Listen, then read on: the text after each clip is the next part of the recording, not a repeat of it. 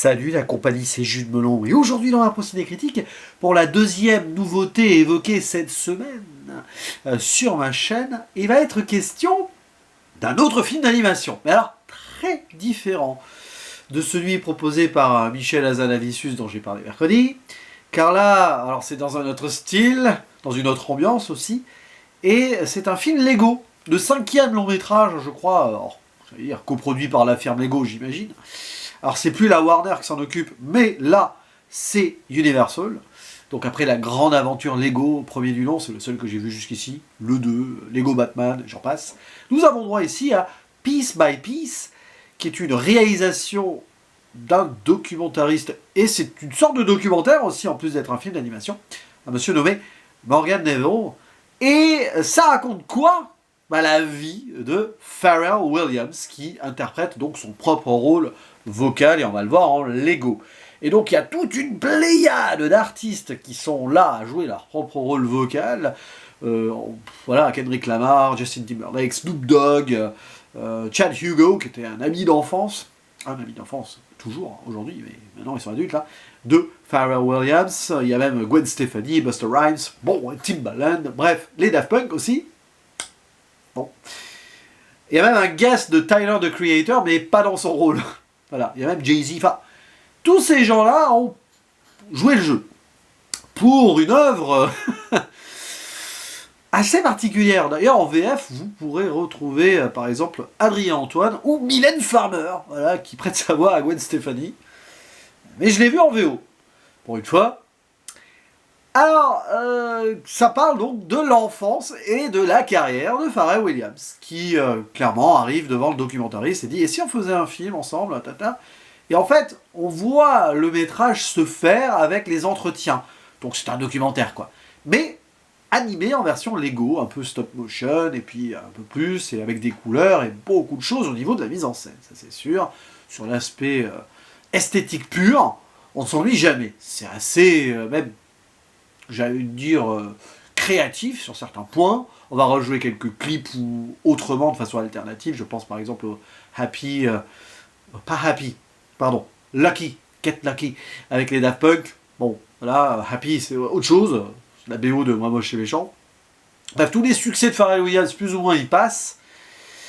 Et c'est c'est l'Odyssée Lego. Hein. Lego Odyssey, qui est un des titres de la BO. Donc c'est volontairement assumé, c'est le fameux Lego Trip, mais Lego avec les Lego et Ego. Oui, Pharrell Williams assume l'idée qu'il fait un film sur lui, en parlant de lui, où il expose ses souvenirs, ses incertitudes, ses succès et ses questionnements existentiels, notamment avec un de ses exemples, Carl Sagan, l'auteur science-fiction, en lien avec les étoiles, création, existence. Et pourquoi lui est devenu célèbre et se retrouve là par rapport à d'autres.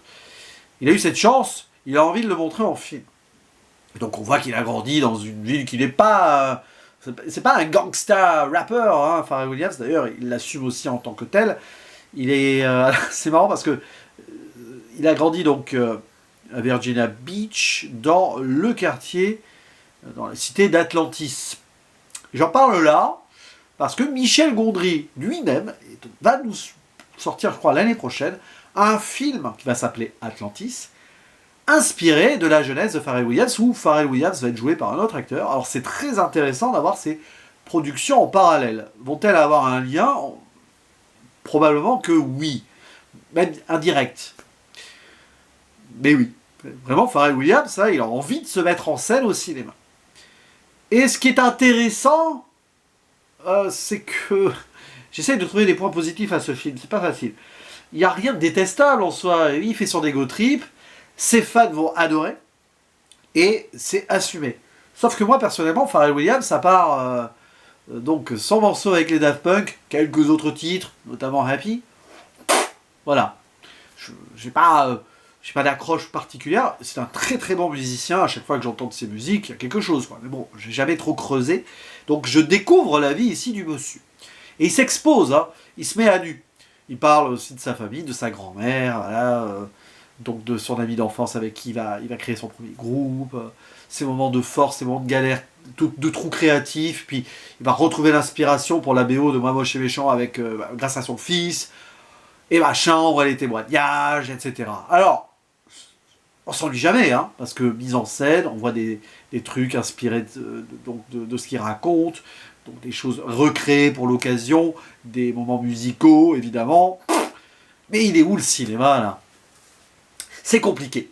Le problème, c'est que, à part si vous êtes fan, à part si vous voulez en savoir plus et que vous êtes fasciné par le personnage, ça peut être un peu lourdingue. Et j'ai trouvé ça too much, dans le sens où ça s'épuise, en fait. Ça dure 1h30 environ, mais... Okay. Ouais, bon, on voit des belles images, on voit des choses intéressantes.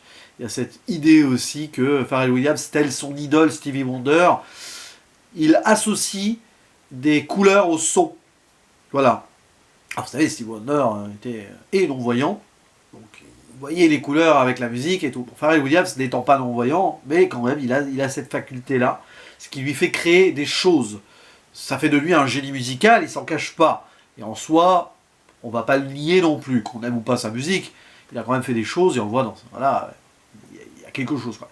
Mais il y a aussi ce côté businessman, il se met en scène, il met sa vie en avant, et c'est qu'en tant qu'entrepreneur, parce qu'il l'est aussi, ça va avoir un impact sur sa carrière. Il se met aussi en avant. Oui, il y a des questionnements, tout ça, mais oh là là, et oh. C'est vraiment, là-dessus, vous n'avez pas trouvé quelque chose pour écorner son image. Hein. Bon, peut-être qu'il a une vie telle qu'elle est là, donc ok. Mais ouais, c'est un peu de la géographie, il se met lui-même comme ça, en termes, voilà, en faux contact avec ses fans, j'ai envie de dire, dans le sens où, oui, il se livre. Mais il le fait à travers des Lego. Alors c'est le concept du film. Hein. Il se déconstruit piece by piece pour se reconstruire ici en film Lego. Mais ça fait loin d'une forme de réalité aussi. Donc où est le dialogue sincère et honnête avec ses fans? Il fait un dialogue avec lui-même. Pharrell Williams dans ce film, il dialogue avec lui-même, avec ce documentariste et ceux qui ont écrit le scénario. Ils sont plusieurs. Bon, enfin, voilà, c'est presque son autobiographie, quoi.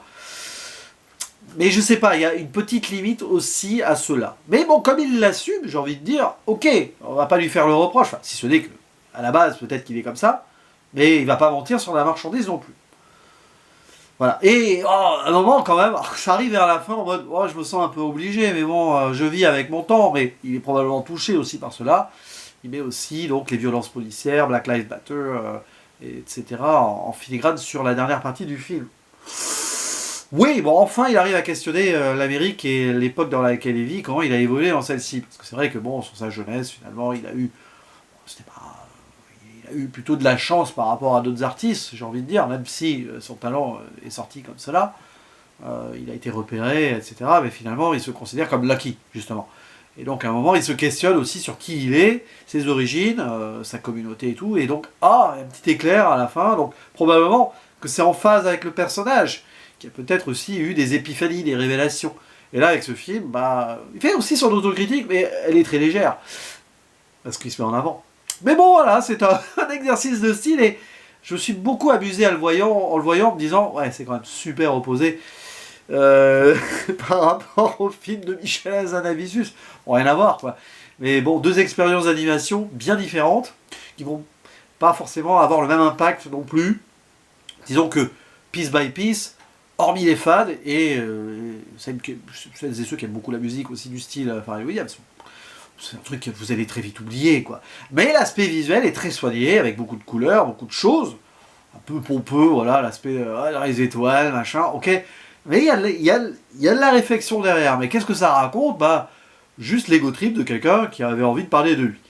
Mais on sent qu'il y a aussi une psychanalyse derrière, je pense que il y a quelque chose, le gars il a, je crois, il doit avoir un peu plus de 50 ans, il fait à sa façon un bilan, tout en gardant l'image de Pharrell Williams. C'est quelque chose comme ça d'intéressant à analyser, vite fait. Mais voilà, je ne vais pas être trop dur avec l'ensemble, pour moi ça a ses limites, mais ce n'est que mon avis. Après, voilà, si vous adorez par exemple Pharrell Williams, voyez ce film, et dites-moi d'ailleurs, parce que aussi bien il y a des gens qui adorent l'artiste qui ont été déçus par le film, qui ont beaucoup aimé les autres films Lego et qui ont été déçus. N'hésitez pas en commentaire, parce que là, je parle en profane un petit peu, même s'il y a quand même des trucs que j'ai reconnus, hein, je suis pas bête, que j'ai apprécié avant, niveau musical. Mais là, c'est vrai que, bon, ça me paraît anecdotique en fait. Même si c'est beau, la forme c'est une chose, qu'est-ce que ça veut raconter derrière? Bah, ça raconte quelque chose sur un monsieur qui passe dans l'existence et qui s'installe ici, qui fait le bilan. Voilà, c'est un génie d'une certaine manière, mais bon, c'est pas Mozart non plus. Allez, à vous la parole en commentaire. Je vais me faire des amis avec cette vidéo peut-être. Peu importe, c'est pas grave. Et je vous dis à la prochaine. Ciao.